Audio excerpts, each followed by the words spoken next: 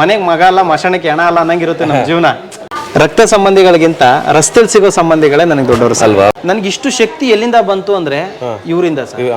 ಮನುಷ್ಯನಾಗ ಹುಟ್ಟಿದ್ಮೇಲೆ ನೀನು ಒಳ್ಳೆ ಕೆಲಸ ಮಾಡಿದ್ರೆ ನೀನು ಸ್ವರ್ಗಕ್ಕೆ ಹೋಗ್ತೀಯ, ಕೆಟ್ಟ ಕೆಲಸ ಮಾಡಿದ್ರೆ ನರಕಕ್ಕೆ ಹೋಗ್ತೀಯ ಸರ್. ನನ್ನಲ್ಲಿ ಅದೆಲ್ಲ ಏನು ಗೊತ್ತಿಲ್ಲ ಸರ್. ನನಗೆ ಸ್ವರ್ಗನೂ ಗೊತ್ತಿಲ್ಲ, ನರಕನೂ ಗೊತ್ತಿಲ್ಲ. 7 ಜನ್ಮ ಅಂತಾರಲ್ಲ, ಅದ್ರ ಮೇಲೆ ನನಗೆ ನಂಬಿಕೆನೂ ಇಲ್ಲ ಸರ್. ನಾನು ಒಂದೇ ಮಾತು ಹೇಳೋದು, ಕರ್ನಾಟಕದಲ್ಲಿ ಸ್ವರ್ಗ ನೋಡೋದಕ್ಕೆ 3 ಮೆಟ್ಲು ಸರ್ ಅಲ್ವಾ. ಅಷ್ಟೇ. ಇವತ್ತು ಇವ್ರು ಎಲ್ರದ್ದು ವಿಡಿಯೋ ತೆಗೆದು ನೋಡಿ ಸರ್. ಇವ್ರು ಯಾರು ಸಿಕ್ಕುವಾಗ ಈ ರೀತಿ ಸಿಕ್ಕಿರೋದಿಲ್ಲ. ಎಲ್ರದ್ದು ಇಲ್ಲಿರೋ ಯಾವುದೇ ವ್ಯಕ್ತಿದು ನೀವು ವಿಡಿಯೋ ಕೇಳಿದ್ರು ನಾನು ಕೊಡಬಲ್ಲೆ. ಯಾವ ವ್ಯಕ್ತಿನ ನೀವು ತೆಗೆದು ನೋಡಿದ್ರು ಕೂಡ ಈ ರೀತಿ ಅವ್ರು ಇದ್ರು ಅಂತ ಅಂದ್ಬಿಟ್ರೆ ನೀವ್ ಹೇಳ್ದಂಗೆ ನಾನು ಇವ್ರನ್ನೆಲ್ಲ ನಾವು ಯಾವತ್ತು ಅನಾಥರ ತರ ನಾವು ನೋಡಿಲ್ಲ ಸರ್. ಯಾಕೆಂದ್ರೆ ಇವ್ರನ್ನೆಲ್ಲ ನಾವು ದೇವ್ರ ಮಕ್ಕಳು ಅಂತ ಕರಿತೀವಿ. ಅನಾಥಾಶ್ರಮಗಳಂದ್ರೆ ಗೌರ್ಮೆಂಟ್ ಫಂಡ್ಸ್ ಬರುತ್ತೆ, MLA ಫಂಡ್ಸ್ ಬರುತ್ತೆ, ಅಥವಾ ಆಶ್ರಮಗಳು ಮಾಡೋದೇ ದುಡ್ಡು ಮಾಡೋದಕ್ಕೆ ಅಂತ. ಮಾನವೀಯತೆ ಗುಣಗಳು ಇರ್ಲಿ, ಮನುಷ್ಯರಾಗಿ ಹುಟ್ಟಿದೀವಿ ನಾವೆಲ್ಲ, ಮನುಷ್ಯರ ತರನೇ ಸಾಯ್ಬೇಕು ಸರ್. ಪ್ರಾಣಿ ಪಕ್ಷಿಗಳ ತರ ಸಾಯಕ್ ಆಗಲ್ಲ. ಸೊ ಮನುಷ್ಯರಾಗಿ ಹುಟ್ಟಿರೋದ್ರಿಂದ ಮಾನವೀಯತೆ ಗುಣಗಳಿಗೆ ನಾವು ಒತ್ತುಕಣ್ಣ ಕೊಡ್ಬೇಕಾಗ್ತದೆ. ಸೊ ಹಾಗಾಗಿ ನಾನು ಈ ಒಂದು ಸೇವೆನ ಆಯ್ಕೆ ಮಾಡಿಕೊಂಡು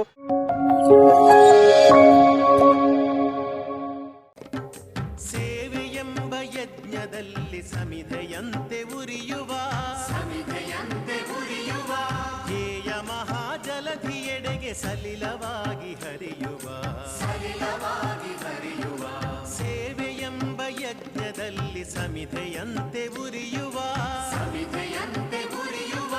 ಲೋಕಹಿತದ ಕಾಯಕ ನಾಡಿಗ ಭಯದಾಯಕ ವ್ಯಕ್ತಿಯಾಗಲಿಂದು ನೈಜ ರಾಷ್ಟ್ರ ಸೇವಕ. ನೆಲಮಂಗಲಕ್ಕೆ ಬಂದು ಅಲ್ಲಿಂದ ಹೋಗ್ತಾ ಇದ್ದೇವೆ. ಸೊ ರೋಡ್ ಮ್ಯಾಪ್ ಹಾಕಿ ಜನಸ್ನೇಹಿ ಯೋಗೀಶ್ ಅವರು ಮಾಡಿರುವಂತಹ ಆ ಒಂದು ಅನಾಥಾಶ್ರಮದ ಕಡೆಗೆ ನಮ್ಮ ಪಯಣ. ಸೇವೆಯೆಂಬ ಯಜ್ಞದಲ್ಲಿ ಸಮಿಧೆಯಂತೆ ಉರಿಯುವ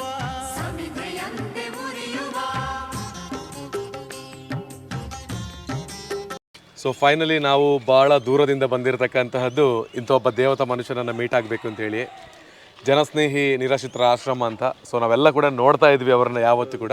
ಸೊ ಇವರೇ ಆ ದೇವತಾ ಮನುಷ್ಯ, ಜನಸ್ನೇಹಿ ಯೋಗೀಶ್ ಅಂತ. ಸರ್ ಹೇಗಿದ್ದೀರಿ? ತುಂಬಾ ಅದ್ಭುತವಾಗಿದ್ದೀನಿ. ನೀವ್ ಹೇಗಿದ್ದೀರಾ? ನಾನು ಕೂಡ ಆರಾಮಿದ್ದೀನಿ. ಸೊ ನಾವು ಸುಬ್ರಹ್ಮಣ್ಯದಲ್ಲಿ ಕುಕ್ಕೆಯಲ್ಲಿ ಮೀಟ್ ಆಗಿರೋದು. ಸೊ ಅವತ್ತು ರವಿ ಕಕ್ಕೆಬದ್ದವರು ಬಂದಿದ್ರಿ. ಸೊ ಮೀಟ್ ಆಗಿ ಇವತ್ತು ಇಲ್ಲಿವರೆಗೆ ಬರುವಾಗ ಆಯ್ತು ನಿಮ್ಮ ಒಂದು ಸಮಾಜ ಕಾರ್ಯ. ಸೊ ಇವತ್ತು ನಿಮ್ಮ ಒಂದು ಆಶ್ರಮದ ಪರಿಚಯವನ್ನು ಮಾಡ್ತೀರಾ? ಖಂಡಿತ. ಪ್ರತಿನಿತ್ಯನೂ ಕೂಡ ಎಲ್ಲೆಂದರಲ್ಲಿ ಬೇರೆ ಬೇರೆ ಊರಲ್ಲಿ ಇರ್ತಕ್ಕಂಥ ಎಲ್ಲರನ್ನು ಕೂಡ ನಿಮ್ಮ ಮನೆಯ ಸದಸ್ಯರ ರೀತಿಯಲ್ಲೇ ಬಂದು ಅವರನ್ನು ಸಾಕಿ ಸಲಹುತ್ತಾ ಇದ್ದೀರಾ. ಸೊ ಮನೆಯವರು ಆಗೋದಿಲ್ಲ ಅಂಥದ್ರಲ್ಲಿ ಯಾರ್ದೋ ಕುಟುಂಬ, ಯಾರ್ದೋ ಮನೆಯವ್ರನ್ನ ಸಾಕ್ತಿದ್ದಾರೆ ಅಂದರೆ ನಿಜವಾಗ್ಲೂ ಗ್ರೇಟ್. ಸೊ ಹಾಗಿರುವಾಗ ನಾವು ಒಳಗೆ ಹೋಗೋಣ, ಮತ್ತೆ ನಿಮ್ಮ ಪರಿಚಯ ಮತ್ತೆ ಮಾತಾಡೋಣ ಅಲ್ವಾ? ಖಂಡಿತ ಸರ್. ಈಗ ನಮ್ಮ ಆಶ್ರಮ ಎಷ್ಟೋ ಜನರಿಗೆ ಒಂದು ಕ್ಲಾರಿಟಿ ಇರಲಿ ಅಂತ ಹೇಳ್ಕೊತೀನಿ. ಎಷ್ಟೋ ಜನರಿಗೆ ಅನ್ಸುತ್ತೆ ನಿರಾಶ್ರಿತರ ಆಶ್ರಮ ನಡೆಸ್ತಾ ಇದ್ದಾರೆ ಅಂದರೆ ಗೌರ್ಮೆಂಟ್ ಫಂಡ್ ಬರ್ಬೋದು, ಫಾರಿನ್ ಫಂಡ್ ಬರ್ಬೋದು, MLA ಫಂಡ್ಸ್ ಬರ್ಬೋದು, ಅಥವಾ ಇನ್ನೂ ಕೋಟಿಗಟ್ಟಲೆ ಹೊರಗಡೆಯಿಂದ ಬರುತ್ತೆ ಅಂತ. ಅದಕ್ಕೆ ನಾನು ನೇರವಾಗಿ ತೋರ್ಸೋಕೆ ಇಷ್ಟಪಡೋದು, ಇಲ್ಲೊಂದು ಬೋರ್ಡ್ ಹಾಕಿದ್ದೀನಿ, ತಾವೆಲ್ಲ ಗಮನಿಸ್ಬೋದು. ಇದನ್ನ ನೀವು ಸಮಾಜಕ್ಕೆ ತಿಳಿಸ್ಬೇಕು. ಯಾವುದೇ ಫಂಡ್ ಬರದೇ ಈ ಆಶ್ರಮ ನಡೀತಾ ಇರ್ತಕ್ಕಂಥದ್ದು ನೀವು ತಿಳಿಸ್ಬೋದು ಇದನ್ನ. ಅದೇ ಜನಸ್ನೇಹಿ ಯಶಸ್ಸಿನ ಹಿಂದಿರುವ ಶಕ್ತಿ ಯಾರು ಅಂತ ಎಲ್ಲರೂ ನಾವು ನೆನೆಸಿರ್ಬೋದು. ಸರ್ಕಾರದಿಂದ ಫಂಡ್ ಬರ್ಬೋದು, ಬೇರೆ ಬೇರೆ ಕಡೆಯಿಂದ ಫಂಡ್ ಬರ್ಬೋದು ಅಂತ. ಆದ್ರೆ ಯಾವುದೇ ಫಂಡ್ ಇಲ್ಲ ನೋಡಿ. ಸರ್ಕಾರದಿಂದ ಯಾವುದೇ ಅನುದಾನ ಇಲ್ಲ, ಯಾವುದೇ ಗಣ್ಯ ರಾಜಕೀಯ ವ್ಯಕ್ತಿಗಳ ಜೊತೆ ಕೈ ಜೋಡಿಸಿಲ್ಲ. ನೋಡಿ ನಾವು ಓದುವುದು ಇಂಥ ಒಂದು ಅದ್ಭುತವಾಗಿ ಏನ್ ಕೈಗೆ ಬರುತ್ತೋ ಅದನ್ನ ಇನ್ನೊಬ್ರಿಗೆ ಕೊಟ್ಟು. ಖಂಡಿತ. ಇದನ್ನೇ ಯಾಕೆ ನಾನು ಇಲ್ಲಿ ನೇರವಾಗಿ ಹಾಕಿದ್ದೀನಿ ಅಂದ್ರೆ, ಎಷ್ಟೋ ಜನರು ಮೈಂಡಲ್ಲಿ ರಿಜಿಸ್ಟರ್ ಆಗಿದೆ ಅಂದ್ರೆ ಅನಾಥಾಶ್ರಮಗಳಂದ್ರೆ ಗೌರ್ಮೆಂಟ್ ಫಂಡ್ಸ್ ಬರುತ್ತೆ, MLA ಫಂಡ್ಸ್ ಬರುತ್ತೆ, ಅಥವಾ ಆಶ್ರಮಗಳು ಮಾಡೋದೇ ದುಡ್ಡು ಮಾಡೋದಕ್ಕೆ ಅಂತ. ಮಾನವೀಯತೆ ಗುಣಗಳು ಇರ್ಲಿ, ಮನುಷ್ಯರಾಗಿ ಹುಟ್ಟಿದೀವಿ ನಾವೆಲ್ಲ, ಮನುಷ್ಯರ ತರನೇ ಸಾಯ್ಬೇಕು ಸರ್. ಪ್ರಾಣಿ ಪಕ್ಷಿಗಳ ತರ ಸಾಯಕ್ ಆಗಲ್ಲ. ಸೊ ಮನುಷ್ಯರಾಗಿ ಹುಟ್ಟಿರೋದ್ರಿಂದ ಮಾನವೀಯತೆ ಗುಣಗಳಿಗೆ ನಾವು ಒತ್ತುಕಣ್ಣ ಕೊಡಬೇಕಾಗ್ತದೆ. ಸೊ ಹಾಗಾಗಿ ನಾನು ಈ ಒಂದು ಸೇವೆನ ಆಯ್ಕೆ ಮಾಡಿಕೊಂಡು, ಅಂದರೆ ಇದೆಲ್ಲವನ್ನು ನಮ್ಮ ತಂದೆ ತಾಯಿ ಸಂಪಾದನೆ ಮಾಡಿದ ದುಡ್ಡಿಂದನೋ ಅಥವಾ ನಮ್ಮ ಯಾವುದೋ ಆಸ್ತಿ ಮಾರೋ ಇದನ್ನು ನಾನು ನಡೆಸ್ತಾ ಇಲ್ಲ. ಕನ್ನಡಿಗರು ಕೊಟ್ಟಂಥ 1 ರೂಪಾಯಿ ಹಣ ಏನಿದೆ ಆ ದುಡ್ಡಲ್ಲಿ ಇವತ್ತು 120, 130 ಜನ ಹೊಟ್ಟೆ ತುಂಬ ಊಟ ಮಾಡ್ತಿದ್ದಾರೆ. ಸೊ ಕನ್ನಡಿಗರು ಕೊಟ್ಟಂಥ ಭಿಕ್ಷೆ, ಆ ಕೆಲಸವನ್ನು ಪರಿಪೂರ್ಣವಾಗಿ ನಾನೊಬ್ಬ ಕೆಲಸಗಾರನಾಗಿ ಈ ಒಂದು ಸೇವೆನ ನೆರವೇರಿಸ್ಕೊಂಡು ಹೋಗ್ತಾ ಇದ್ದೀನಿ ಅಷ್ಟೇ. ಸೊ ಒಳಗಡೆ ಬರೋದಾದರೆ ಇದು ನಮ್ಮ ಒಂದು ಸಣ್ಣ ಆಶ್ರಮ. ತುಂಬ ದೊಡ್ಡ ಮಟ್ಟದ್ದೇನಲ್ಲ. ಇಲ್ಲಿ ಸಣ್ಣ ಪುಟ್ಟ ಪ್ರಾಣಿಗಳನ್ನ, ಪಕ್ಷಿಗಳನ್ನ ಕೂಡ ಸಾಕಿದ್ದೀವಿ. ಯಾಕೆ ಅಂತ ಹೇಳಿದ್ರೆ ಇಲ್ಲಿರ್ತಕ್ಕಂಥ ದೇವ್ರ ಮಕ್ಕಳಿಗೆ ಖುಷಿ ಆಗಲಿ. ಯಾಕಂದರೆ ಎಲ್ಲದರಿಂದ ವಂಚಿತರಾಗಿ ಬಂದಿದ್ದಾರೆ ಅವರು, ಮಕ್ಕಳಿಂದ ಆಗಿರ್ಬೋದು, ಸಂಬಂಧಿಕರುಗಳಿಂದ ಆಗಿರ್ಬೋದು. ಸೊ ಈ ಸಮಾಜ ಕೂಡ ಅವ್ರನ್ನ ವಂಚಿತರಾಗಿ ನೋಡ್ತಾ ಇದೆ. ಸೊ ಯಾಕೆ ಅಂದರೆ ಅವ್ರ ಹತ್ರ ಆಧಾರ್ ಕಾರ್ಡ್ ಇಲ್ಲ, ವೋಟರ್ ID ಇಲ್ಲ ಅನ್ನೋ ಕಾರಣಕ್ಕೆ. ಸೊ ಅಂಥವ್ರನ್ನ ಕೂಡ ನಾವು ಯಾರು ಇಲ್ದವ್ರಿಗೆ ನಾವಿದೀವಿ ಅನ್ನೋ ಒಂದು ಭರವಸೆ ಮೂಡಿಸ್ತಾ ಇದೀವಿ. ಸೊ ಎಲ್ಲರೂ ಅನ್ಕೋತಾರೆ ಯೋಗೇಶು ಈಗ ನೀವೇ ಅಂದ್ರೆ ದೇವತಾ ಮನುಷ್ಯ, ಒಳ್ಳೆ ಕೆಲಸ ಮಾಡ್ತಿದ್ದಾರೆ ಅಂತ. ಸೊ ದೇವತಾ ಮನುಷ್ಯ, ಈಗ ದೇವರು ಮನುಷ್ಯ ಯಾವತ್ತೂ ದೇವ್ರಾಗಕ್ಕಾಗಲ್ಲ ಸರ್. ಮನ್ಸು ಮಾಡಿದ್ರೆ ದೇವಸ್ಥಾನದಲ್ಲಿ ಪೂಜಾರಿ ಆಗ್ಬೋದು ಅಷ್ಟೇ, ದೇವ್ರಾಗೋದಕ್ಕೆ ಸಾಧ್ಯನೇ ಇಲ್ಲ ಅದು. ಸೊ ನನಗೆ ಹಿಂದಿರೋ ಶಕ್ತಿ ಯಾರಪ್ಪ ಅಂತ ಹೇಳಿದ್ರೆ, ನಾನು ಮುಖ್ಯವಾಗಿ ಆಟೋ ರಾಜಣ್ಣ ಅಂತ ಅವರ ಒಂದು ಆಶೀರ್ವಾದದಿಂದ ಈ ಒಂದು ಸಂಸ್ಥೆನ ಈ ಮಟ್ಟಿಗೆ ಬೆಳೆಸೋದಕ್ಕೆ ಸಾಧ್ಯ ಆಗಿರೋದು. ಜೊತೆಗೆ ಶ್ರೀ ಶಿವಕುಮಾರ ಸ್ವಾಮಿ ಅವರ ಆಶೀರ್ವಾದ, ನಾನು ಆರಾಧಿಸುವಂತ, ಪೂಜಿಸುವಂತ, ಗೌರವಿಸುವಂತ ಶ್ರೀ ಧರ್ಮಶನೇಶ್ವರ ಸ್ವಾಮಿ ಅವರ ಆಶೀರ್ವಾದ. ಸೊ ಹೌದು, ನೀವು ಇತಿಹಾಸದಲ್ಲೇ ನೋಡ್ಬೋದು ಸರ್. ಇದನ್ನ ನಾನೇನು ಪ್ರಚಾರಕ್ಕೆ ಹೇಳ್ತಾ ಇಲ್ಲ, ಇತಿಹಾಸ ತೆಗೆದು ಕೂಡ ನೀವು ನೋಡ್ಬೋದು. ನನಗೆ ಗೊತ್ತಿರೋ ಹಾಗೆ, ಗೊತ್ತಿಲ್ಲದೇನೋ ಇರ್ಬೋದೇನೋ ನನಗೆ ಗೊತ್ತಿಲ್ಲ, ಬಟ್ ನಾನು ನೋಡಿದ ಹಾಗೆ, ನಾನು ತಿಳ್ಕೊಂಡಿರೋ ಹಾಗೆ, ಸೊ ಇತಿಹಾಸದಲ್ಲೇ ಫಸ್ಟ್ ಟೈಮ್ ಒಂದು ಅನಾಥಾಶ್ರಮದಲ್ಲಿ ಶ್ರೀ ಧರ್ಮಶನೇಶ್ವರ ಸ್ವಾಮಿ ಅವರ ಒಂದು ಪ್ರತಿಷ್ಠಾಪನೆ ಆಗಿರುವಂಥದ್ದು. ಯಾಕೆ ಧರ್ಮಶನೇಶ್ವರ ಸ್ವಾಮಿ ಅಂತ ಹೆಸರಿಟ್ಟಿದ್ದೀವಿ ಅಂದರೆ, ಈ ನಮ್ಮ ಸಮಾಜದಲ್ಲಿ ಅಧರ್ಮ ಅನ್ನೋದು ತಾಂಡವಾಡ್ತಾ ಇದೆ. ಅಧರ್ಮವನ್ನು ಹೋಗ್ಲಾಡಿಸಿ ಧರ್ಮವನ್ನು ಎತ್ತಿಡಿಲಿಕ್ಕೋಸ್ಕರ ಸೊಂಡೆಗುಪ್ಪ ಗ್ರಾಮದಲ್ಲಿ ಧರ್ಮಶನೇಶ್ವರ ಸ್ವಾಮಿ ಅವರು ನೆಲೆ ಊರಿದ್ದಾರೆ. ಇವರ ಉದ್ದೇಶ ಏನು ಅಂದರೆ, ಅನಾಥರು, ನಿರ್ಗತಿಕರು, ಅಸಹಾಯಕರು, ಒಂದೊತ್ತಿನ ಊಟಕ್ಕೆ ಕಷ್ಟಪಡುವಂಥ ವ್ಯಕ್ತಿಗಳನ್ನ ಕರ್ಕೊಂಡು ಬಂದು ನೋಡ್ಕೊಳ್ಳುವಂಥದ್ದು, ಸಾಕುವಂಥದ್ದು, ಸಲಹುವಂಥದ್ದು. ಈಗ ಅನ್ಕೊಂಡಿರ್ಬೋದು, ದೇವರು ಭಗವಂತ ಅಂದರೆ ಶನೇಶ್ವರ ಸ್ವಾಮಿಯವ್ರನ್ನ ನೋಡಿದ ತಕ್ಷಣ ಎಲ್ಲರೂ ಭಯ ಪಡ್ತಾರೆ, ಅವ್ರು ಕಷ್ಟ ಕೊಡ್ತಾರೆ, ಅವ್ರು ನೋವು ಕೊಡ್ತಾರೆ, ಅಥವಾ ನಮಗೆ ಎಗ್ಲೇ ಇರ್ತಾರೆ ಅಂತ ಎಲ್ಲ ಹೇಳ್ತಾರೆ. ನಿಜವಾಗ್ಲೂ ಹೇಳ್ಬೇಕಂದ್ರೆ, ಇಷ್ಟೂ ಜನರಿಗೆ ಅವ್ರು ಕಷ್ಟ ಕೊಟ್ಟಿದ್ರು ಕೂಡ ಕೊನೆಗಾಲದಲ್ಲಿ ಕೈ ಹಿಡಿದು ನಾನಿದ್ದೀನಿ ಬಾ, ನಿಮ್ಗೆ ಇರೋರಿಗೆ ನಾನು ನೋಡ್ಕೊಳ್ತೀನಿ ಅಂತ ಇವತ್ತು ಅವ್ರ ಪಾದದ ಕೆಳಗಡೆ ಇಷ್ಟು ಜನ ಹೊಟ್ಟೆ ಊಟ ಮಾಡ್ತಾರೆ. ಇದು ನಾವು ಎಂಟ್ರಿ ಆದಾಗ ನಮಗೆ ಸಿಗುವಂತ ಶನೇಶ್ವರ ಸ್ವಾಮಿಯ ಒಂದು ವಿಗ್ರಹ.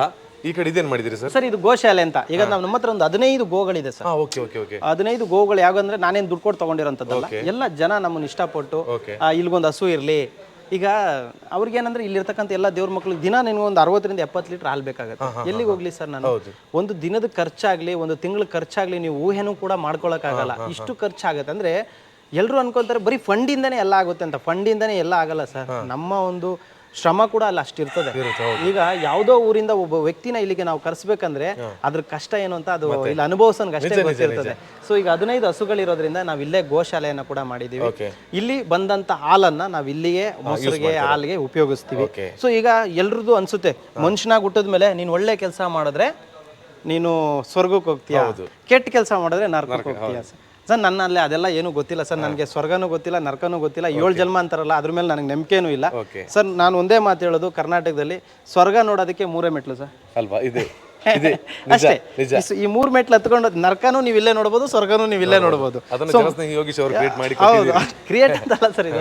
ಸೊ ಅರ್ಥ ಆಗ್ಬೇಕು ಅಂತ ಅಷ್ಟೇ, ಪ್ರತಿಯೊಬ್ಬರಿಗೂ ಇದು ಅರ್ಥ ಆಗ್ಬೇಕು. ನೋಡಿ, ಇವ್ರನ್ನೆಲ್ಲ ನಾವು ಯಾವತ್ತೂ ಅನಾಥರ ಥರ ನಾವು ನೋಡಿಲ್ಲ ಸರ್. ಯಾಕೆಂದ್ರೆ ಇವ್ರನ್ನೆಲ್ಲ ನಾವು ದೇವ್ರ ಮಕ್ಕಳು ಅಂತ ಕರಿತೀವಿ.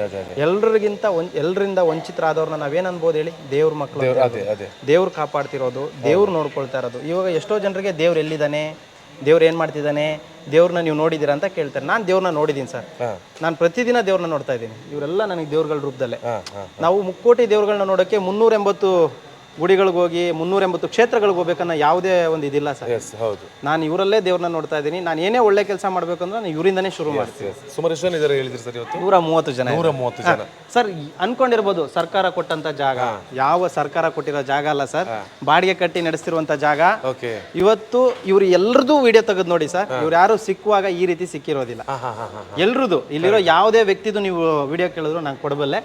ಯಾವ ವ್ಯಕ್ತಿನ ನೀವು ತೆಗೆದು ನೋಡಿದ್ರು ಕೂಡ ಈ ರೀತಿ ಅವ್ರು ಇದ್ರು ಅಂತ ಅಂದ್ಬಿಟ್ರೆ ನೀವು ಹೇಳ್ದಂಗೆ ನಾನು ಕೇಳ್ತೀನಿ. ಸೊ ಆ ಥರ ವ್ಯಕ್ತಿಗಳನ್ನ ಕರ್ಕೊಂಬಂದು ಒಂದು ನೇರವಾಗಿ ಹೇಳ್ಬೇಕು ಅಂದ್ರೆ ರಾಜನ್ ತರನೋ ರಾಣಿ ತರನೋ ನೋಡ್ಕೊಂತ ಇದ್ದೀನಿ ಅಂದ್ರೆ ಅದು ಸುಳ್ಳು ಸರ್.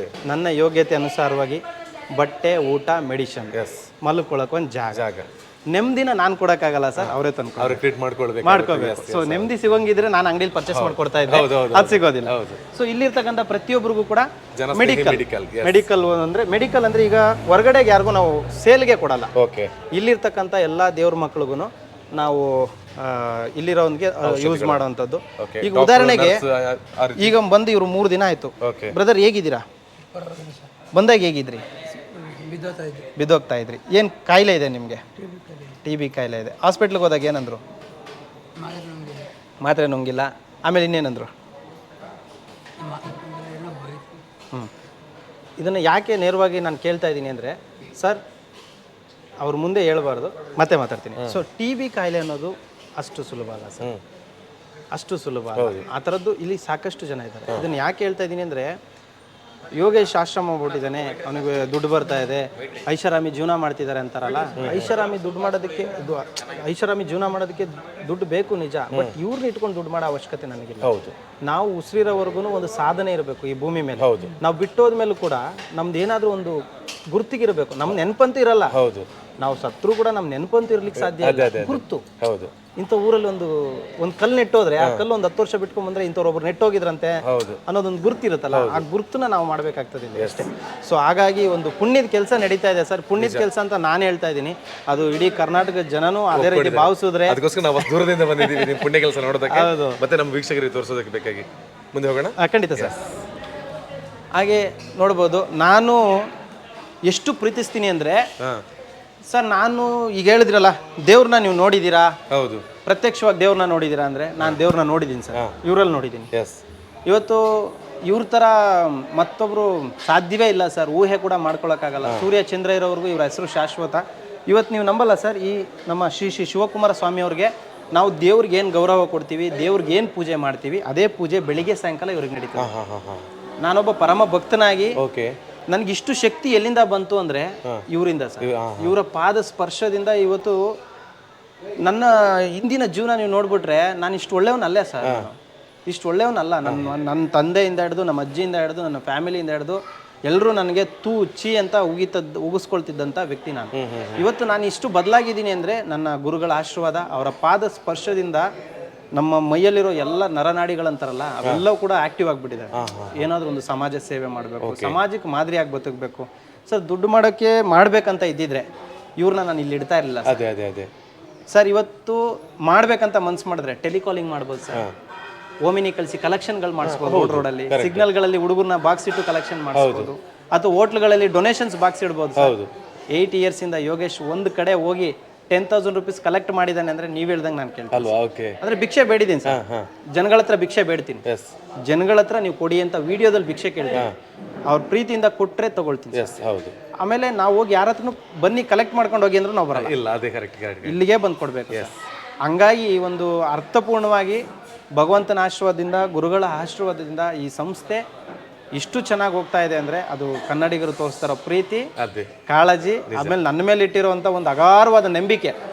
ಆ ನಂಬಿಕೆನ ನಾನು ಉಸಿರಿರೋವರೆಗೂ, ನನ್ನ ದೇಹದಲ್ಲಿ ಉಸಿರಿರೋವರೆಗೂ ನಾನು ಉಳಿಸ್ಕೊತೀನಿ ಸರ್. ನಾನು ಅದನ್ನು ಯಾವಾಗಲೂ ಹೇಳೋಕ್ಕೆ ಇಷ್ಟಪಡ್ತೀನಿ. ಅದೇನೋ ಹೇಳ್ತಾರಲ್ಲ, ನನಗೇನೋ ಮಾಡಿ ಇವತ್ತು ಪಾಪ್ಯುಲಾರಿಟಿ ತೊಗೊಂಡು ನಾಳೆ ಏನೋ ಒಂದು ಬೇರೆ ಥರ ಚೇಂಜ್ ಆಗೋ ಯಾವ ಉದ್ದೇಶನೂ ಇಲ್ಲ, ಯಾವ ರಾಜಕೀಯ ದುರುದ್ದೇಶಗಳು ಇಲ್ಲ, ಅಥವಾ ನಾನೇನೋ ಇಲ್ಲಿ ಹೆಸರು ಮಾಡಿ ಹೊರಗಡೆ ಹೋಗಿ ಇನ್ನೊಂದು ಸ್ಟಾರ್ ಆಗಬೇಕು, ಎಲೆಕ್ಷನ್ ಯಾವುದೂ ಇಲ್ಲ ಸರ್. ನನ್ನ ಕೊನೆ ಉಸಿರು, ನನ್ನ ದೇಹ ಮಣ್ಣಾಗುವಾಗಲೂ ಕೂಡ ನನ್ನ ದೇಹದಿಂದ ಹೋಗೋ ಉಸಿರು ಇನ್ನೊಬ್ರಿಗೆ ಉಪಯೋಗ ಆಗಿರಬೇಕು, ನನ್ನ ದೇಹ ಕೂಡ ಇನ್ನೊಬ್ರಿಗೆ ಉಪಯೋಗ ಆಗಿರಬೇಕು. ನಾನು ಹೋಗುವಾಗ ಕೂಡ ನನ್ನ 4 ಜನಕ್ಕೆ ಉಪಯೋಗ ಆಗಿ ಹೋಗಬೇಕು ಅನ್ನೋ ವ್ಯಕ್ತಿತ್ವವನ್ನು ಇಟ್ಕೊಂಡಿರೋಂಥವ್ರು. ಸೊ ಕರ್ನಾಟಕದಲ್ಲಿ ಇರ್ತಕ್ಕಂಥ ಪ್ರತಿಯೊಬ್ಬರಿಗೂ ಕೇಳ್ಕೊಳ್ಳೋದಷ್ಟೇ, ನಾವು ಮಾಡೋ ಕೆಲಸ ನಿಮ್ಗೆ ಇಷ್ಟ ಆದರೆ ನೇರವಾಗಿ ಬಂದು ನೋಡಿ, ನಿಮ್ಮ ಕೈಲಾದ ಸಪೋರ್ಟ್ ಮಾಡಿ. ಅದು ಎಲ್ಲೋ ಒಂದು ಕಡೆ ದೇವ್ರ ಮಕ್ಕಳಿಗೆ ತುಂಬ ಅನುಕೂಲ ಆಗುತ್ತೆ. ಇವತ್ತು ಬೀದಿಲಿ ಮಲಗಿರೋರಾಗಿರ್ಬೋದು, ಅನಾಥರಾಗಿರ್ಬೋದು, ಒಂದು ಹೊತ್ತು ಊಟ ಇಲ್ಲದೆ ನರಳಾಡ್ತಿರ್ತಾರೆ ರಸ್ತೆಗಳಲ್ಲಿ. ನಾವೆಷ್ಟೋ ಜನ ನೋಡಿ ಕೂಡ ನೋಡ್ದಂಗೆ ಹೋಗ್ತೀವಿ.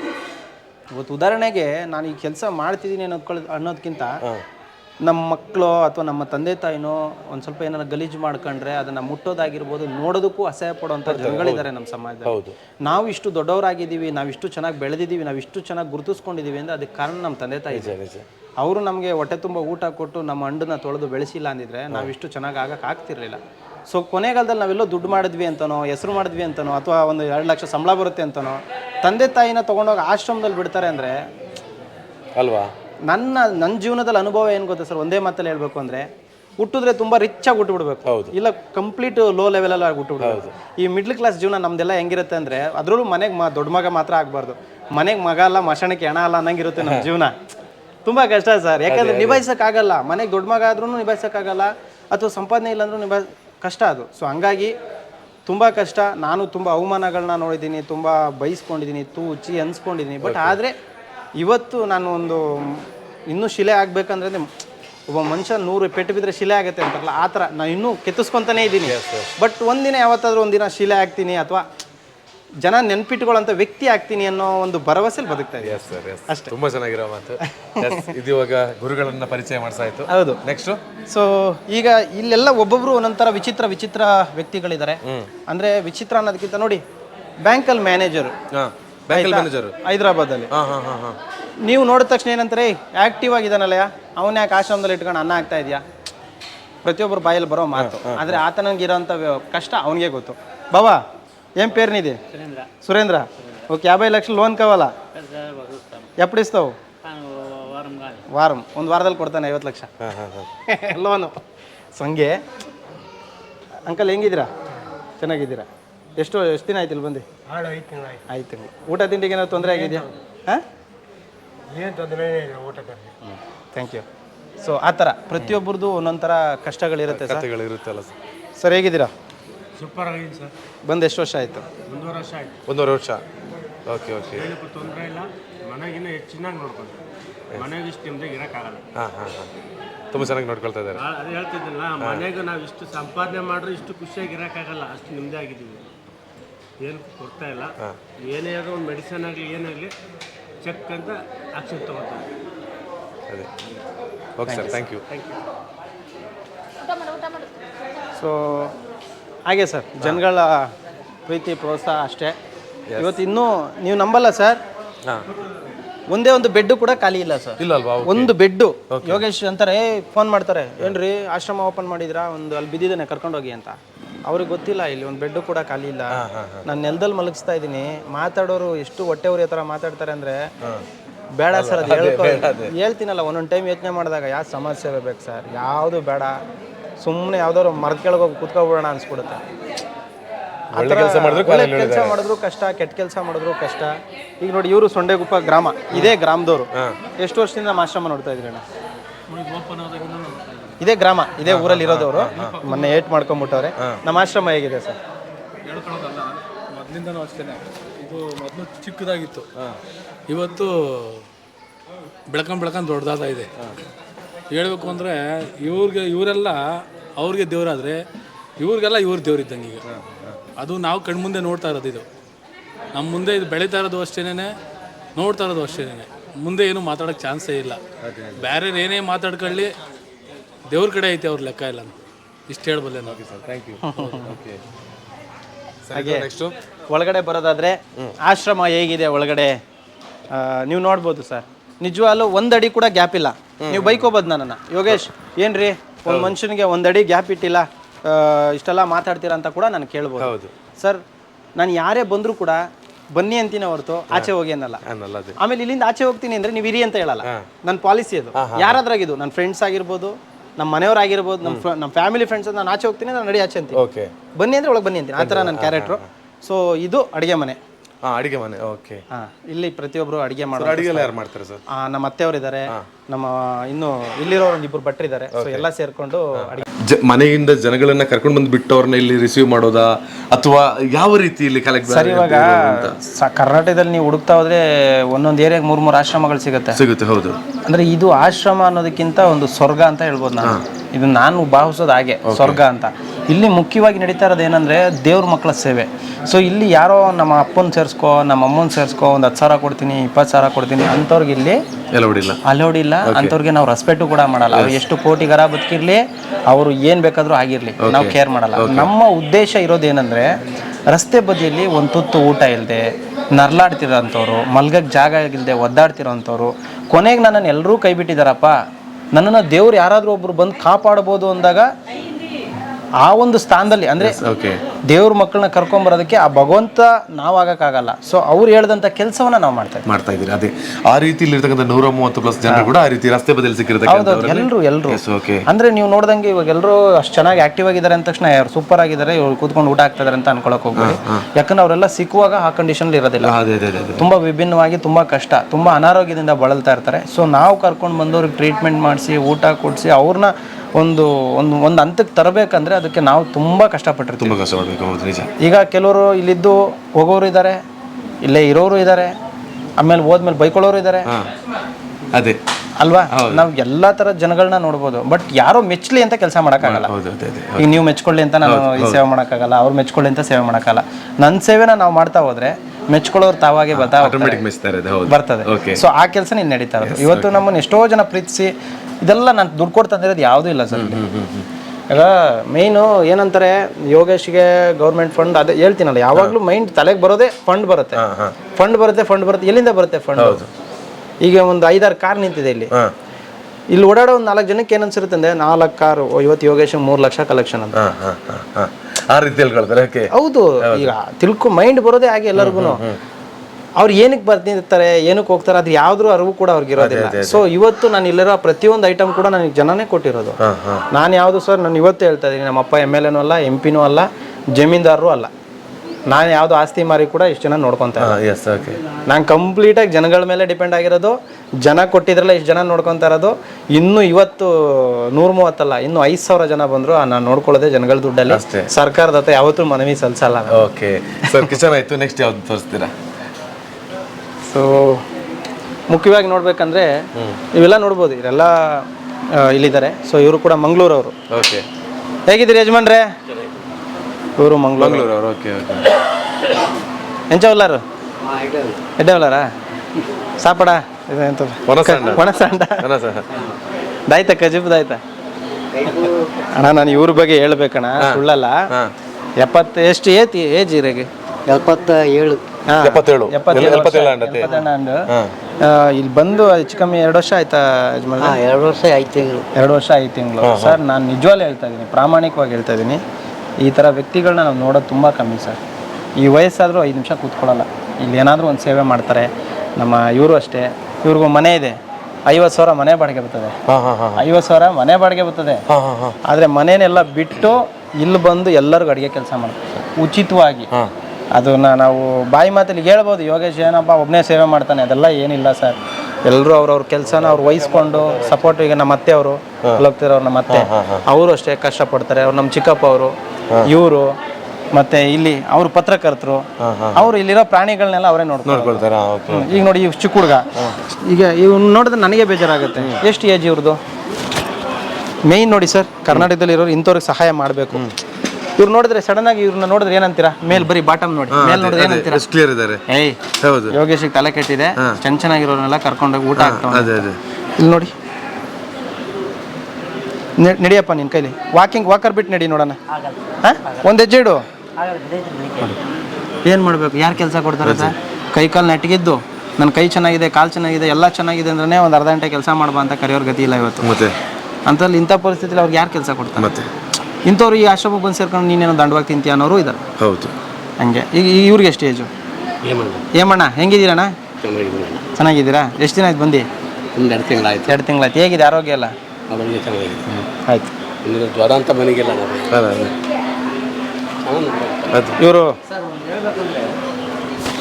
ಸಾಮಾನ್ಯವಾಗಿ ಒಂದು ಕೆರೆ ಒಣಗಿದಾಗ ಅಲ್ಲಿ ನೀರಿಲ್ಲದೆ ಇದ್ದಾಗ ಪಕ್ಷಿ ಹುಡುಕೊಂಡು ಹೋಗುತ್ತೆ. ನೀರು ಬೇಕೇ ಬೇಕಲ್ಲ ಬದುಕೋಕ್ಕೆ, ಅದಕ್ಕೋಸ್ಕರ ಹೋಗುತ್ತೆ. ಹಾಗೆ ಇಲ್ಲಿ ಬಂದಿರೋರೆಲ್ಲ ಅಷ್ಟೇ, ಅವರ ವ್ಯವಸ್ಥೆಗಳು ಇಲ್ಲದೇ ಇರೋದ್ರಿಂದ ಇಲ್ಲಿಗೆ ಬಂದಿದ್ದಾರೆ ವಿನಃ ಯೋಗೇಶಣ್ಣರೇನು ಕರ್ಕೊಂಬಂದಿಲ್ಲ. ಅವ್ರಾಗಿ ಅವ್ರು ಬಂದಿರೋರು ಎಷ್ಟೋ ಜನ ಇದ್ದಾರೆ. ಅವ್ರವ್ರನ್ನೂ ಒಬ್ಬೊಬ್ಬ ಒಂದೊಂದು ವ್ಯಕ್ತಿ ಕಥೆನೂ ಹೇಳಿದರೆ ಒಂದೊಂದು ಕಾದಂಬರಿ ಆಗುತ್ತೆ. ಅದನ್ನೆಲ್ಲ ವಿವರಿಸುವಂಥ ಶಕ್ತಿ ನಮಗಿಲ್ಲ. ಅದರಿಂದ ಹೇಳ್ಬೇಕಂದ್ರೆ ಇಲ್ಲಿ ಏನಪ್ಪ ಅಂದರೆ ಎಲ್ಲ ಒಂದೇ ಥರ ಎಲ್ಲ ನೋಡ್ಕೊಳ್ಳೋದ್ರಿಂದ ಇವರೊಂಥರ ಯೋಗೇಶಣ್ಣರನ್ನ ನಾವು ಒಂಥರ ದೇವ್ರ ಮಕ್ಕಳಂತ ಹೇಳ್ಬೋದು. ಈಗ ಎಲ್ಲರೂ ದೇವ್ರು ಬಂದು ಇಲ್ಲಿ ಕೆಲಸ ಮಾಡಲ್ಲ ಭೂಮಿ ಮೇಲೆ, ಇದುವರೆಗೂ ಅದು ಕಂಡೇ ಇಲ್ಲ. ಈ ರಾಮ ಇದ್ದ, ರಾಮ ಮಾನವನಾಗಿ ಹುಟ್ಟಿ ಅವ್ನು ಮಾಡಿ ಅವ್ನು ವೈಕುಂಠಕ್ಕೆ ಹೋದ ಅಂತ ಕತೆ ಹೇಳ್ತಾರೆ ವಿನಃ ಅದು ನಮಗೆ ಗೊತ್ತಿಲ್ಲ, ನೋಡಿಲ್ಲ. ಆದರೆ ನಮಗೊಂದು ಅನುಭವದ ಮಾತಂದರೆ ಭಗವಂತ ಬರಲ್ಲ, ಭಗವಂತನ ರೂಪದಲ್ಲಿ ಇನ್ನೊಬ್ಬ ವ್ಯಕ್ತಿಯಿಂದ ಒಂದು ಕೆಲಸನ ಮಾಡಿಸ್ತಾನೆ. ಈಗ ನೀವೊಂದು ಈ ಒಂದು ವಿಡಿಯೋ ಹಿಡ್ಕೊಂಡು ಬಂದು ನೀವೊಂದು ಕೆಲಸ ಮಾಡಿ, ನೀವೊಂದು ಪಬ್ಲಿಸಿಟಿ ಕೊಟ್ಟು ನೀವೊಂದು ಹೆಲ್ಪ್ ಮಾಡ್ತೀರಂದ್ರೆ ನಿಮ್ಮ ಒಂದು ವರ್ಕಿಗೆ ಅವ್ನು ಭಗವಂತ ಆಧೀನ ಇದು. ಅದಂತೆ ನೀವು ಮಾಡ್ತೀರಿ ವಿನಃ ಎಲ್ಲರೂ ಕ್ಯಾಮ್ರಾಮನ್ ಆಗಲ್ಲ, ಎಲ್ಲರೂ ಆಶ್ರಮ ಮಾಡಲ್ಲ, ಎಲ್ಲರೂ ಮುಖ್ಯಮಂತ್ರಿ ಆಗಲ್ಲ, ಎಲ್ಲರೂ ಪ್ರಧಾನಮಂತ್ರಿ ಆಗಲ್ಲ. ಈ ರೀತಿ ಇರ್ತದೆ. ಹಂಗೆ ಜೀವನ ಅನ್ನೋದು ವಿಚಿತ್ರವಾದ ಸಂಸ್ಥೆ. ಒಂದು ರಂಗನತಿಟ್ಟಿಗೆ ಎಷ್ಟೋ ಹೊರದೇಶದಿಂದ ಬರೋ ಪ್ರಾಣಿಗಳಿದ್ದಾವೆ. ಅದು ಕೆಲವು ಚರಿತ್ರೆಯಲ್ಲೇ ಇದೆ. ಅದು ಬಂದು ಅಲ್ಲಿ ತೃಪ್ತಿ ಆದಮೇಲೆ ತಿರ್ಗಾ ಮತ್ತೆ ಅಲ್ಲಿ ಮೇವು ಸಿಗೋ ಒಂದು ಪರಿಸರದ ಮೇಲೆ ಅವು ರಂಗನತಿಟ್ಟಿಂದ ಮತ್ತೆ ಅವರವರ ನಾಡಿಗೆ ಅವ್ರ ಪಾಡಿಗೆ ಅವು ಹೋಗ್ತಾ ಇರ್ತವೆ, ಬರ್ತಾ ಇರ್ತವೆ. ಹೀಗೆ ಜೀವನ ಅಂದರೆ ಈ ಆಶ್ರಮಕ್ಕೆ ಎಷ್ಟೋ ಜನ ಬಂದು ಸುಧಾರಿಸಿದ ಮೇಲೆ ನಾನು ಹೋಗ್ತೀನಿ ಎಂದರು ಎಷ್ಟೋ ಜನ ಅವರವ್ರ ನೆಲೆ ಕಂಡುಕೊಂಡಿದ್ದಾರೆ. ಯಾರೂ ಕರೀಲೇ ಇಲ್ಲ, ಬರಲೇ ಇಲ್ಲ ಅನ್ನೋ ವ್ಯಕ್ತಿಗಳು ಇವ್ರನ್ನೇ ಒಂದು ಮಗ ಅನ್ನೋ ಭಾವನೆಯಲ್ಲಿ, ಸೊಸೆ ಅನ್ನೋ ಭಾವನೆಯಲ್ಲಿ ನೋಡಿಕೊಂಡು ತೃಪ್ತಿ ಪಟ್ಕೊಂಡು ಇಲ್ಲೇ ಕೊನೆವರೆಗಿದ್ದಾರೆ. ಈಗ ನಾನು ಬಂದಮೇಲೆ ಎಷ್ಟೋ ಜನ ಇಲ್ಲೇ ಮುಕ್ತಿ ಹೊಂದಿದ್ದಾರೆ. ಅದನ್ನು ಇವರೇ ಯಾವುದು ತೊಂದರೆ ಇಲ್ದಲೇ ಎಲ್ಲ ಮಾಡ್ತಾರೆ, ಯಾವ ಚಿಂತೆ ಇಲ್ಲ. ಆದರೆ ಇಂಥ ವ್ಯಕ್ತಿ ಸಮಾಜಕ್ಕೆ ಇಂಥವ್ರು ಇನ್ನೂ ಒಂದು 100 ಜನ ಹುಟ್ಟಿದರೆ ಒಳ್ಳೆಯದು ಅನಿಸುತ್ತೆ. ಕರ್ನಾಟಕದಲ್ಲೆಲ್ಲ ಒಂಥರ ವಿಜಯನಗರ ಸಂಸ್ಥಾಪನೆ ಆದಾಗಲ ನಡೀತಿದ್ದಲ್ಲ ರಾಜರು ಮಹಾರಾಜ ಕಾಲದಲ್ಲಿ, ಇನ್ನೊಂದು ಇಂಥವ್ರು ಒಂದು 10-15 ಜನ 20 ಜನ ಒಂದೊಂದು ಕ್ಷೇತ್ರ ಕುಟ್ಕೊಂಡ್ರೆ ಎಷ್ಟೋ ಸುಭಿಕ್ಷವಾದ ನಾಡು ಕರುನಾಡ ನಾಡಾಗುತ್ತೆ ಅಂತ ನನ್ನ ಅಭಿಪ್ರಾಯ. ನಮಸ್ಕಾರ. ಅನುಭವಸ್ಥರವರು, ಕಷ್ಟಪಟ್ಟು ಬಂದಿರೋರು. ಸೊ ಈಗ ನೋಡ್ಬೋದು ಎಲ್ರಿಗೂ ನನ್ಗೆ ಎಷ್ಟು ಶಕ್ತಿ ಇದೆಯೋ ಸರ್, ನನ್ನ ಕೈಯಲ್ಲಾಗಿರ್ಬೋದು, ಮೈಯಲ್ಲಾಗಿರ್ಬೋದು, ತಲೆಯಲ್ಲಾಗಿರ್ಬೋದು, ಎಷ್ಟು ಶಕ್ತಿ ಇದೆಯೋ ಅಷ್ಟು ಶಕ್ತಿನ ನಾನು ಇವ್ರುಗಳಿಗೋಸ್ಕರ ದಾರಿ ಎಳ್ದಿದ್ದೀನಿ. ಇವ್ರಿಗೋಸ್ಕರ ನಾನು ಮುಡಿಪಾಗಿಟ್ಟಿದ್ದೀನಿ. ಇಲ್ಲಿ ನಿಜವಾಗ್ಲೂ ಜಾಗ ಇಲ್ಲ ಸರ್, ನಿಜವಾಗ್ಲೂ ಜಾಗ ಇಲ್ಲ. ತುಂಬ ತೊಂದರೆಲಿದ್ದೀವಿ ನಾವು ಸರ್. ಯಾಕಂದರೆ ಇದೆಲ್ಲ ಒಂದು ಯಾರಾದರೂ ಈ ವಿಡಿಯೋಗಳನ್ನ ನೋಡೋವಂಥವ್ರು, ದುಡ್ಡು ಇರೋವಂಥವ್ರು ಅಥವಾ ದಾನ ಮಾಡಬೇಕು ಅನ್ನೋ ಒಂದು ಆಸೆ ಇರೋವಂಥವ್ರು ದಯಮಾಡಿ ಇಂಥ ಆಶ್ರಮಗಳಿಗೆ ಭೇಟಿ ಕೊಟ್ಟು ನಿಮ್ಮ ಕೈಲಾದಂಥ ಸಪೋರ್ಟ್ ಮಾಡಿದ್ರೆ ಇನ್ನೊಂದು ಈ 120 ಜನರ ಜೊತೆಗೆ ಇನ್ನೊಂದು 130 ಜನ 150 ಜನ ಬೀದಿಲಿ ಮಲಗುವಂಥ ವ್ಯಕ್ತಿಗಳನ್ನ ನೋಡಿ ಯಾವ ರೀತಿ ಇಲ್ಲಿ ವ್ಯವಸ್ಥೆಗಳು ಸರಿಯಾಗಿ ಇರೋದ್ರಲ್ಲಿ ಸರಿಯಾಗಿದೆ ಅಷ್ಟೇ. ತುಂಬ ಗ್ರ್ಯಾಂಡ್ ಅಂತನೂ ಇಲ್ಲ, ತುಂಬ ಕೆಲವು ಅಂತನೂ ಇಲ್ಲ. ಸೊ ನನ್ನ ಕೈಲಿ ಎಷ್ಟಾಗುತ್ತೋ ಅಷ್ಟು ನಾನು ಮಾಡಿದ್ದೀನಿ. ಎಲ್ಲರೂ ಕೂಡ ತುಂಬ ಹತ್ತತ್ರ ಮಲಗ್ತಾ ಇದ್ದಾರೆ, ನೋಡೋಕೆ ನನಗೆ ಒಂಥರ ಬೇಜಾರಾಗುತ್ತೆ. ಸೊ ದಯವಿಟ್ಟು ಎಲ್ಲರೂ ಸಹಕಾರ ಕೊಡಿ, ಪ್ರೀತಿ ಕೊಡಿ, ಆ ವಿಡಿಯೋಗಳನ್ನ ಆದಷ್ಟು ಶೇರ್ ಮಾಡಿ, ನಮ್ಮ ಆಶ್ರಮಕ್ಕೆ ಒಂದ್ಸತಿ ಭೇಟಿ ಕೊಡಿ. ಓಕೆ, ನಮಸ್ತೆ. ನಮಸ್ತೆ. ಎಲ್ಲರಿಗೂ ಟಿವಿಗಳ ವ್ಯವಸ್ಥೆ, ಟಿವಿ ವ್ಯವಸ್ಥೆ ಇದೆ. ಅದೇ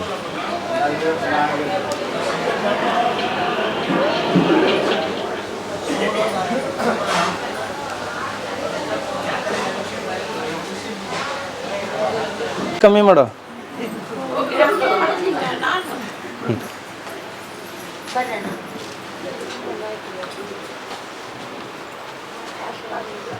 ಲೇಡೀಸ್ ಅಲ್ವಾ? ಒಬ್ಬೊಬ್ಬರು ಸ್ಟೋರಿ ಕೇಳ್ತಾ ಹೋದ್ರೆ ಕಣ್ಣಲ್ಲಿ ನೀರು ಬರಲ್ಲ, ರಕ್ತ ಬರುತ್ತೆ. ಅದೇ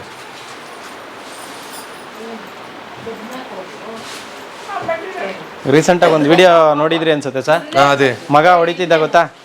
ಮಗ ನೋಡಿದ್ದೀರಾ ಅದು? ನೋಡಿದ್ದೀನಿ. ಈ ಅಮ್ಮ నమస్తే. ಹೆಂಗಿದ್ಯಮ್ಮ? బాగుండావా? ఏం తిన్నావు? ఎంత తిన్నావు?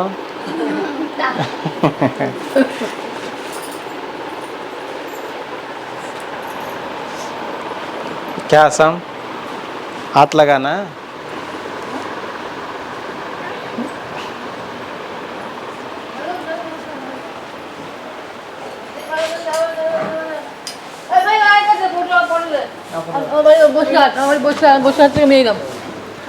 ಇಷ್ಟೆಲ್ಲ ಬಹಳಷ್ಟು ಪುಣ್ಯದ ಕೆಲಸವನ್ನ ಮಾಡ್ತಾ ಎಲ್ಲರ ಮನಸ್ಸನ್ನ ಕರ್ನಾಟಕ ರಾಜ್ಯದಾದ್ಯಂತ ಗೆದ್ದಿರ್ತಕ್ಕಂತಹ ಜನಸ್ನೇಹಿ ಅವರು ಇಲ್ಲಿ ಬಂದಿರತಕ್ಕಂತಹ ನಿರಾಶ್ರಿತರೇ ತನ್ನ ಕುಟುಂಬ, ಅವರೇ ನಮ್ಮೆಲ್ಲ ಮನೆಯ ದೇವರು ಅಂತ ಅವ್ರು ನಂಬ್ಕೊಂಡಿದ್ದಾರೆ.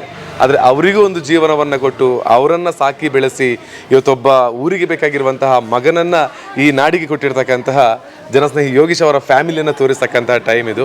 ಸೊ ಸರ್, ನಿಮ್ಮೊಂದು ಫ್ಯಾಮಿಲಿಯ ಪರಿಚಯ ನೀವು ಮಾಡಬೇಕು ಅಂತ ನಾನು ಕೇಳ್ತಾ ಇದ್ದೀನಿ. ಖಂಡಿತ ಸರ್. ಇಲ್ಲ, ಇವತ್ತು ಎಷ್ಟೋ ಜನ ಅನ್ಕೋತಾರೆ, ನಮ್ಮ ತಂದೆ ತಾಯಿನ ಎಷ್ಟೋ ಜನ ನೋಡಿಲ್ಲ ಕೂಡ. ತುಂಬ ಜನಕ್ಕೆ ಎಲ್ಲೂ ನಾನು ಅದ್ರ ಬಗ್ಗೆ ತೋರಿಸೋದಕ್ಕಾಗಿಲ್ಲ. ಸೊ ಒಂದೇ ಮಾತಲ್ಲಿ ಹೇಳ್ಬೇಕಂದ್ರೆ ತುಂಬ ಕಷ್ಟಪಟ್ಟು ಇವತ್ತು ಇನ್ನೊಬ್ಬರ ಮನೇಲಿ ಮುಸ್ರೆ ತಿಕ್ಕಿ ಇನ್ನೊಬ್ಬರ ಮನೆಯಲ್ಲಿ ಕೆಲಸ ಮಾಡಿ ನಮ್ಮನ್ನು ಕೂಲಿ ಕೆಲಸ ಮಾಡಿ ಸಾಕಿ ಇವತ್ತು ಇಷ್ಟು ದೊಡ್ಡ ಮಟ್ಟಕ್ಕೆ ತಂದು ಬಿಟ್ಟಿದ್ದಾರೆ. ಸೊ ಉಸಿರಿರೋವರೆಗೂ ನಾವು ಯಾವಾಗಲೂ ಅವ್ರನ್ನ ನಮ್ಮ ಮನಸ್ಸಲ್ಲಿ ಇಟ್ಕೊತೀವಿ. ಮತ್ತು ಇನ್ನೊಂದು 7 ಜನ್ಮ ಅಂತ ಇದ್ರೂ ಅವರೇ ನಮ್ಮ ತಂದೆ ತಾಯಿಯಾಗಿ ಸಿಗಲಿ ಅಂತಲೂ ಬೇಡ್ಕೊಂತೀವಿ. ಇವರು ಮುಖ್ಯವಾಗಿ ನಮ್ಮ ತಂದೆ, ನಮ್ಮ ತಂದೆಯವರ ತಾಯಿ ನಮ್ಮ ಅಜ್ಜಿ, ಇವ್ರು ನಮ್ಮ ವೈಫು, ಇವ್ರು ನಮ್ಮ ಅಮ್ಮ, ನನ್ನ ತಮ್ಮ. ಸೊ ವಿಶೇಷವಾಗಿ ಹೇಳ್ಬೇಕಂದ್ರೆ ಇನ್ನೂ ಸಾಕಷ್ಟು ಜನ ಇಲ್ಲಿದ್ದಾರೆ. ಅಲ್ಲಿ ನನ್ನ ತಮ್ಮ ಇದ್ದಾನೆ, ಇನ್ನೂ ತುಂಬಾ ಜನ ಇದ್ದಾರೆ. ನಮ್ದು ಹೇಳ್ತಾ ಹೋದ್ರೆ ಸಣ್ಣ ಕುಟುಂಬ ಅಂತ ಹೇಳಂಗೇ ಇಲ್ಲ ನನಗೆ. ಯಾಕಂದ್ರೆ ಇಡೀ ಕರ್ನಾಟಕನೇ ನನ್ನ ಕುಟುಂಬ. ಇಡೀ ಕರ್ನಾಟಕದಲ್ಲಿರೋರೆಲ್ಲ ನನ್ನ ಅಪ್ಪ ಅಮ್ಮ ಬಂಧು ಬಳಗ. ನಾವು ಇದುವರೆಗೂ ನಾನು ನೇರವಾಗಿ ಹೇಳ್ಬೇಕಂದ್ರೆ ನಾವು ಸಂಬಂಧಿಕರ ಮನೆಗಳಿಗೆ ಜಾಸ್ತಿ ಹೋಗಲ್ಲ ಸರ್.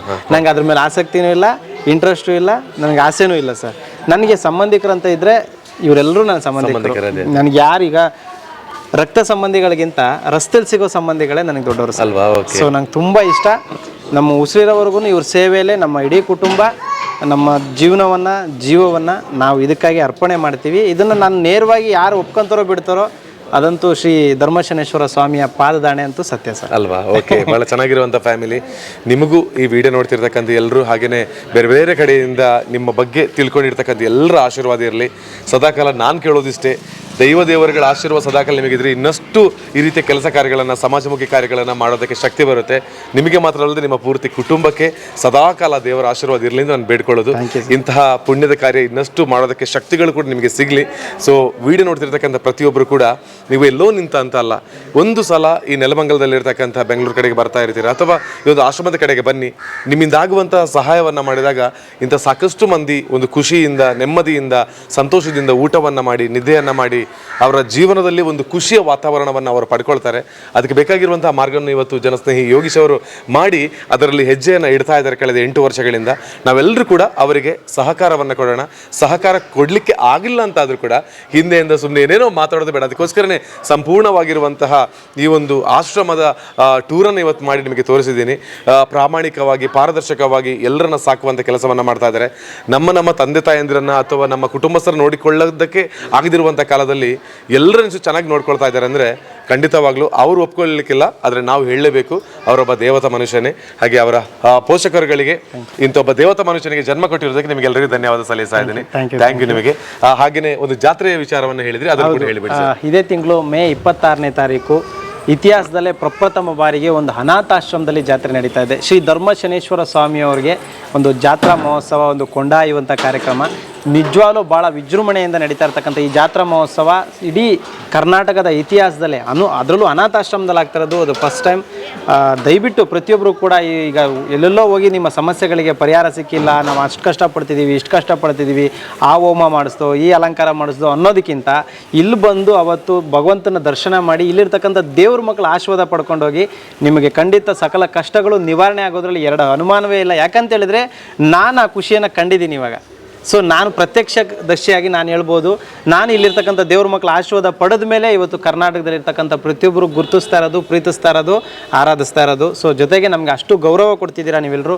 ನಿಮ್ಮೆಲ್ಲರೂ ಪಾದಗಳಿಗೂ ನಮಸ್ಕಾರ ತಿಳ್ಸೋಕ್ಕೆ ಇಷ್ಟಪಡ್ತೀನಿ. ದಯವಿಟ್ಟು 26ನೇ ತಾರೀಕು ಮಿಸ್ ಮಾಡದೆ ನಮ್ಮ ಒಂದು ಜನಸ್ನೇಹಿ ನಿರಾಶ್ರಿತರ ಆಶ್ರಮ ಮೇ 26 ದಯವಿಟ್ಟು ಬನ್ನಿ. ಎಲ್ಲರೂ ಪ್ರೀತಿ, ಪ್ರೋತ್ಸಾಹ, ಸಹಕಾರ ನೀಡಿ ಈ ಒಂದು ಆಶ್ರಮದಲ್ಲಿ ನಡೀತಾ ಇರ್ತಕ್ಕಂಥ ಅದ್ಭುತವಾದಂಥ ಜಾತ್ರೆಗೆ ನೀವೆಲ್ಲರೂ ಕೂಡ ಬರ್ತೀರಾ ಅನ್ನೋ ನಿರೀಕ್ಷೆಯಲ್ಲಿ ನಾನು ಕಾಯ್ತಾ ಇರ್ತೀನಿ, ನಮ್ಮ ಕುಟುಂಬ ಕಾಯ್ತಾ ಇರುತ್ತೆ. ಎಲ್ಲದಕ್ಕಿಂತ ಮುಖ್ಯವಾಗಿ ದೇವ್ರ ಮಕ್ಕಳು ಕಾಯ್ತಾ ಇರ್ತಾರೆ. ಬನ್ನಿ, ಎಲ್ರಿಗೂ ಒಳ್ಳೆಯದಾಗಲಿ. ನಮಸ್ಕಾರ. Okay, thank you. ಹಾಗೆಯೇ ಈ ವಿಡಿಯೋನ ಎಂಡ್ ಮಾಡುವಂಥ ಟೈಮ್ ಬಂತು. ಎಲ್ಲೋ ನಮ್ಮ ಸುಮಾರು 400 ಕಿಲೋಮೀಟರ್ ಆಚೆಯಿಂದ ಬಂದು ಇಂಥ ಒಬ್ಬ ಅದ್ಭುತ ಮನುಷ್ಯನನ್ನು ತೋರಿಸಬೇಕು ಅಂತ ಅನ್ನುವ ಕಾರಣಕ್ಕೆ ಬೇಕಾಗಿ ಸಾಕಷ್ಟು ದಿನದಿಂದ ನಾವು ಕಾಯ್ತಾ ಇದ್ವಿ. ಸೊ ಅದೇನು ಇವತ್ತು ಕೂಡಿ ಬಂದಿದೆ.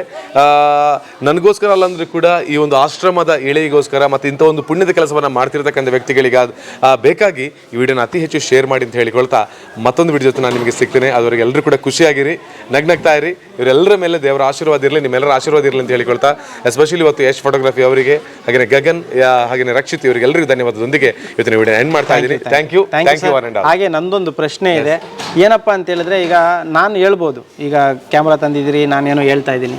ಸೊ ನಿಮ್ಮ ಮನಸ್ಸಿಗೆ ನಿಜವಾಗಿ ಟ್ರೂ ನೀವು ಅಲ್ಲಿಂದ ಬಂದ್ರಿ, ಈಗ 400 ಕಿಲೋಮೀಟ್ರಿಂದ ನೀವೀಗ ಕುಕ್ಕೆ ಸುಬ್ರಹ್ಮಣ್ಯದಿಂದ ಇಲ್ಲಿವರೆಗೂ ಬಂದಿದ್ದೀರಾ, ನಿಮಗೆ ಸ್ಯಾಟಿಸ್ಫ್ಯಾಕ್ಷನ್ ಇದೆಯಾ ಈ ಆಶ್ರಮಕ್ಕೆ ಬಂದಿದ್ದಕ್ಕೆ, ಈ ಒಂದು ಇಂಟರ್ವ್ಯೂ ಮಾಡಿದ್ದಕ್ಕೆ, ಜೊತೆಗೆ ಒಳಗಡೆ ನೋಡಿದ್ದಕ್ಕೆ? ನೀವು ನೇರ ನುಡಿ ನಿಮ್ಗೆ ಏನು ಅನಿಸ್ತು ಅನ್ನೋದನ್ನ ಹೇಳ್ಬೇಕು ಸರ್. ಓಕೆ, ನನಗೆ ಇವತ್ತು ಇಲ್ಲಿ ಬಂದಾಗ ಅಂತ ಅಲ್ಲ, ನಾನು ಫಸ್ಟ್ಗೆ ನಿಮ್ಮನ್ನು ಸುಬ್ರಹ್ಮಣ್ಯದಲ್ಲಿ ಮೀಟ್ ಆದೆ ನೋಡಿ, ಅವತ್ತೇ ನನಗೆ ನಿಮ್ಮನ್ನು ಮೀಟ್ ಆಗಬೇಕು, ಅವತ್ತೇ ನನಗೆ ನಿಮ್ಮ ಬಗ್ಗೆ ಒಂದು ಹೆಮ್ಮೆ ಇತ್ತು. ಇಲ್ಲಿ ಬಂದಾಗ ಒಂದು ದೊಡ್ಡ ಸ್ವರ್ಗಕ್ಕೆ ಬಂದಾಗ ಆಯಿತು. ನಿಜವಾಗ್ಲೂ ಸ್ವರ್ಗ ಅಲ್ಲಿದೆ ಇಲ್ಲಿದೆ ಅಂತಲ್ಲ, ಈ 3 ಮೆಟ್ಲಲ್ಲಿದೆ ಅಂತ ಹೇಳಿದ್ರಿ, ಅದು ನಿಜವಾಗ್ಲೂ 101% ನಿಜವಾದ ಮಾತು. ಸ್ವರ್ಗ ನೋಡಬೇಕಿದ್ರೆ ಇಲ್ಲಿ ಬರಬೇಕು. ಇಂತಹ ಜಾಗದಲ್ಲಿ ಬಂದು ನನಗೆ ಮನಸ್ಸಿಗೆ ಸಮಾಧಾನ ಆಗಿಲ್ಲ ಅಂತ ಹೇಳಿದ್ರೆ ಅವರು ಮನುಷ್ಯರಲ್ಲ. ಅಷ್ಟು ನಿಜವಾಗಿರುವಂಥ ಒಂದು ಅದ್ಭುತ ಜಾಗ ಇದು. ದೇವರೆಲ್ಲರೂ ಕೂಡ ನೋಡೋದಕ್ಕೆ ಎಲ್ಲೆಲ್ಲೋ ಹುಡುಕಬೇಡಿ, ಇಲ್ಲಿ ಬಂದ್ರೆ ಖಂಡಿತವಾಗ್ಲೂ ಸಿಗುತ್ತೆ. ನಾನು ಕೂಡ ದೇವರನ್ನು ನಾನು ಇದನ್ನೇ ಸರ್ ಎಕ್ಸ್ಪೆಕ್ಟ್ ಮಾಡೋದು. ಯಾಕಂದ್ರೆ ನಾವು ಹೇಳೋದಕ್ಕಿಂತ ನಮ್ಮ ಆಶ್ರಮದ ಬಗ್ಗೆ ಆಗಿರ್ಬೋದು, ನಮ್ಮ ಕೆಲಸದ ಬಗ್ಗೆ ಆಗಿರ್ಬೋದು, ಇನ್ನೊಬ್ರು ಹೇಳ್ಬೇಕು ಇದು ಚೆನ್ನಾಗಿದೆ, ಇಲ್ಲ ಚೆನ್ನಾಗಿಲ್ಲ. ಚೆನ್ನಾಗಿಲ್ಲ ಅಂದ್ರೆ ಹೌದು ಚೆನ್ನಾಗಿಲ್ಲ, ಇದನ್ನ ಬೇರೆ ನಾವು ಬದಲಾಯಿಸ್ಕೊಳ್ಳೋದಕ್ಕೊಂದು ದಾರಿ ಆಗುತ್ತೆ. ಸೊ ನಾನು ಅದನ್ನ ಇಷ್ಟಪಡ್ತೀನಿ sir. Thank you so much. Thank you sir. Thank you.